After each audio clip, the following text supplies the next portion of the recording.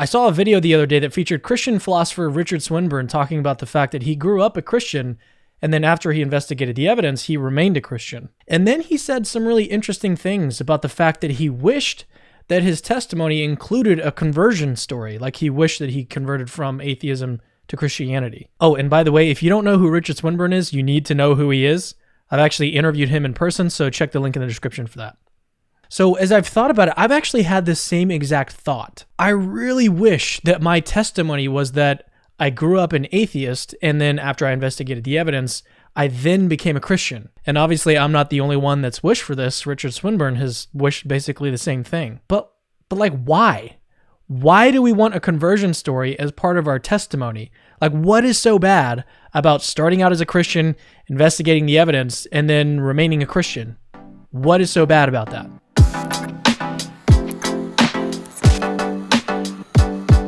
Before I answer that, I should mention that I'm Cameron Bertuzzi, and on this channel, I'm exposing you to the intellectual side of Christian belief.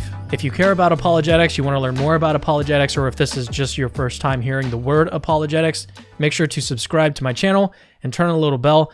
The bell is actually more important than subscribers nowadays, so make sure to turn on the bell to actually do that. Now, as I've thought about this more and more, I think that there are mainly two reasons why people want a conversion story as part of their testimony. I think one of those reasons is that it'll make them virtuous. I'm going to expand on that in a second. But another reason is that it'll make them appear virtuous. Now, these are related, but I think that they're very distinct, and so I'm going to spend a little time explaining the difference between the two. I've often asked myself, like, do I really care about the truth? Is it really about truth for me, or do I just want to defend something that I grew up believing? Most of you guys know, and if you don't know, I grew up a Christian, and then after I investigated the evidence, I remained a Christian. But then that raises the question, is it really about truth for me, or am I just interested in defending something that I grew up believing? Now, I want you to notice something here. Why is this question even arising? Why are we asking questions about why do I care about truth? Is it really about truth for me? I think the reason why we care about this question is because we see truth-seeking as a virtue, as virtuous. If I didn't think that truth-seeking was valuable, I wouldn't care to ask this question at all. So really, when I'm asking the question of whether or not I'm actually seeking truth, what I'm really asking is, do I exemplify the virtue of truth-seeking? Now, as I've reflected more on this, I've noticed as I've, just doing some introspection, I've noticed that I want to exemplify the virtue of truth-seeking because I want to appear virtuous to others. I want others to see that I exemplify that virtue. If people see me as a truth seeker instead of a comfort seeker, I'll appear rational and sort of gain credibility in other people's eyes. And I mean, if I'm being honest, I want to appear rational. I want to appear credible. I don't know of anyone who doesn't want to appear that way. So in essence, as I've thought about this more, basically what it comes down to is that I want to be virtuous. I want to exemplify the virtue of truth-seeking, but also I want to appear virtuous. I want to appear like I'm seeking the truth. I think that is ultimately what's behind my wanting to have a conversion story as part of my testimony. Now, here's what I've been thinking about, and I want to hear your thoughts on this. Like, let me know in the comments. If it's really about truth for me, shouldn't I just be caring about truth itself instead of appearing as if I care about truth? This is basically what Richard Swinburne pointed out in the video that I mentioned earlier. Here's how he responded when he was asked whether he changed his worldview once he started doing philosophy. No, I don't think it has. I've always been a fairly conservative religious person, believing in a fairly traditional sort of God. What has changed is my reasons for believing this, which have, I hope, become deeper as a result of philosophizing. And of course I've changed my views on lesser matters within the scope of traditional religion, but not about itself. I often feel a bit guilty about this because I greatly admire people who have a certain worldview and then come to have certain important life experiences or been exposed to certain arguments and suddenly abandoned it and given up that view and adopted a different one, and I think these are highly rational people, so surely if I'm a rational people I ought to have given up my worldview. On the other hand, if I'm a rational person I must be guided by the reasons which seem to me correct ones, and so I've stuck where I am, roughly speaking. There's two things here that are really interesting to me that sort of stuck out of my mind as he was talking. The first one is that if I'm rational, I ought to give up my worldview. And I think a lot of us sort of subconsciously think that that's true. If it's really about truth or a rationality for us, that we're going to be able to give up what we grew up believing, right? But then he says, if I'm rational, then I ought to follow what seems to me to be true. That's what it ultimately means to be a truth seeker. In other words, the desire to change worldviews in your process might just be the desire to appear rational to other people. But ultimately, we ought to care about truth, not about caring whether or not people see us as someone who cares about truth. The upshot of this realization is that ultimately it does not matter at all if you started out a Christian and then investigated the evidence and then remained a Christian. And likewise, it doesn't matter if you started out as an atheist, investigated the evidence, and then remained an atheist. That is not necessarily what indicates whether or not you care about truth. But now we might still wonder if remaining a Christian after you investigated the evidence doesn't reveal that you don't care about truth, what does reveal that you care about truth? And I think that's actually a pretty difficult question to answer if you think about it. We are very, very, very good at deceiving ourselves into thinking that it's really about truth for us when it's obviously not. And this does not just apply to Christians, nor does it just apply to atheists. It applies to literally everybody. Everybody, no matter who you are, is experienced at self-deception. Emotional reasons can mask themselves as rational reasons. I am a textbook procrastinator, much to my wife's chagrin. I will push things off like as far off as I can. And sometimes I'll even try to justify these poor decisions that I'm making. I'll really convince myself that there's no reason to finish the work earlier, or that like maybe I just work better under pressure. I will literally convince myself of these things. But in reality, the real reason why I don't want to do these things is because I just don't feel like doing it. I think we're all skilled at masking emotional reasons with rational reasons. Here's a bit of practical advice from Dr. Jordan Peterson that I think is really worth considering, especially when it comes to following the truth. Here's a way of thinking about error. You don't exactly know what you're doing, so how do you get to the point where you know what you're doing?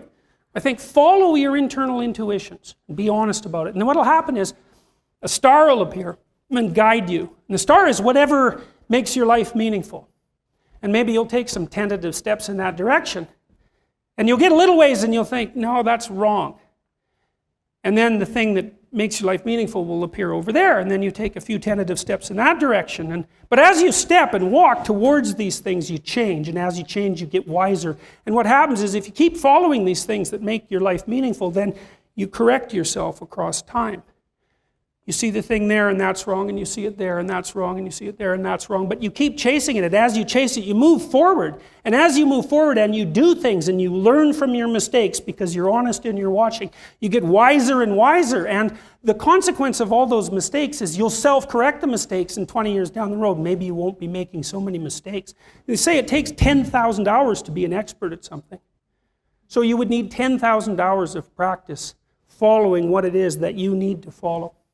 My takeaway from this clip is that truth-seeking is ultimately a skill. Truth-seeking is not actually something that you're born with, nor is it something that you can say you've mastered just because you've corrected one mistake. In other words, converting or deconverting doesn't actually mean that it's really about truth for you. Conversions can happen for all sorts of reasons, even bad ones. You know, I actually remember watching a bunch of Bob Ross tutorials a few years ago. And because my wife is so thoughtful, like one Christmas, she actually bought me a Bob Ross starter kit so I could start doing my own paintings. Now, my first painting was okay. I don't actually think that I finished it, but my second painting was a lot better. I think it was actually pretty good, if I can brag for a second. Let me actually show you. I don't know if you can see the whole thing, but here it is.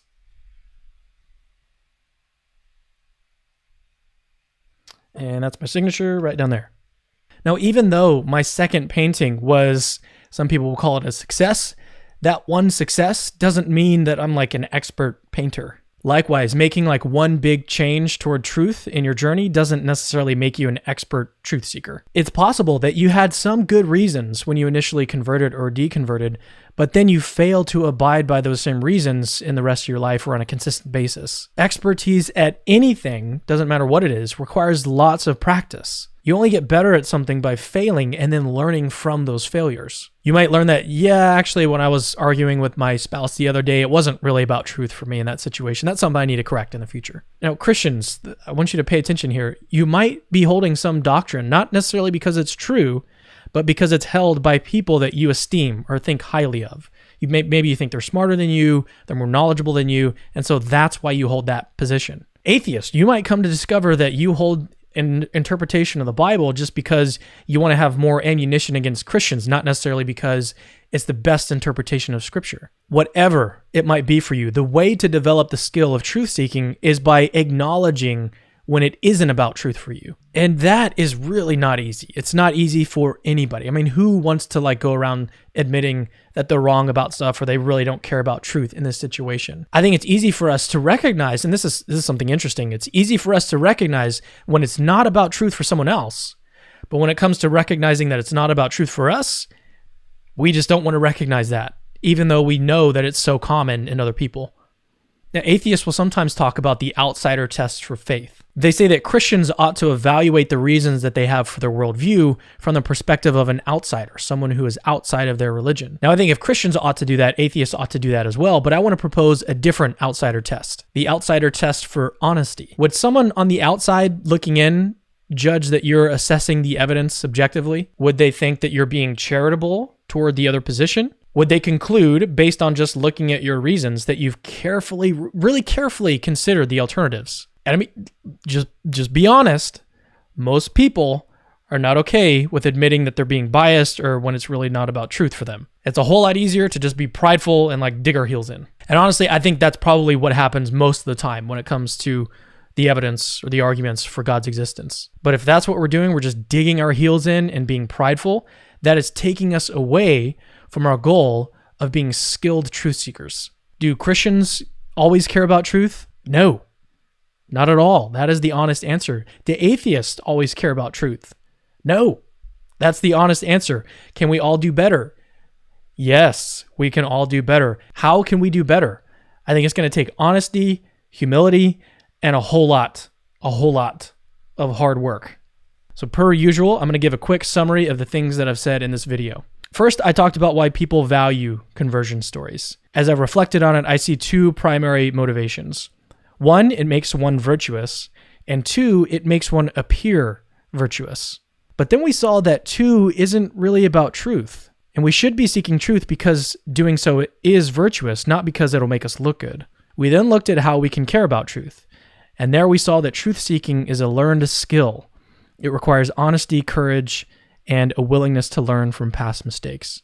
Before I let you guys go, there's one last thing that I need to let you guys know about. It's really important. Jesus rose bodily from the dead.